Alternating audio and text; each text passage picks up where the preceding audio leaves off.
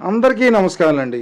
విశాఖ ప్రజలు ఎప్పుడెప్పుడా అని ఎంతగానో ఎదురు చూస్తున్నా, ఎప్పటి నుండో ఎదురు చూస్తున్న టీసీఎస్ కంపెనీ వైజాగ్ వచ్చింది. వైజాగ్లో టీసీఎస్ కంపెనీ కార్యక్రమాలు మొదలు పెట్టడానికి రంగం సిద్ధం చేసుకుంటుంది.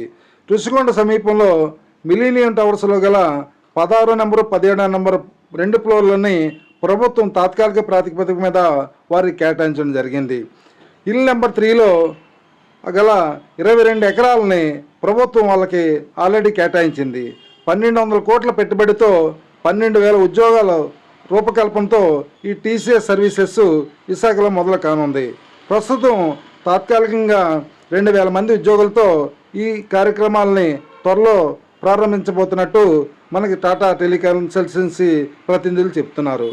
రీసెంట్గా విశాఖలో ముఖ్యమంత్రి గారు, అదేవిధంగా ఐటీ శాఖ మంత్రి నారా లోకేష్ గారు వచ్చి వాళ్ళతో జరిపిన చర్చల ఫలితంగా వాళ్ళు కార్యక్రమాలు త్వరలో స్టార్ట్ చేయబోతున్నారని, మొత్తం పూర్తి స్థాయిలో శాశ్వత ప్రాతిపదిక మీద బిల్డింగ్ పూర్తి అవడానికి 2027 పడుతుందని, ఈ లోపల మొత్తం 12,000 మంది ఉద్యోగాలు రిక్రూట్ చేసుకుంటామని చెప్తున్నారు. దీన్ని బట్టి విశాఖ ప్రజలు ఎంతగానో సంతోషిస్తున్నారు.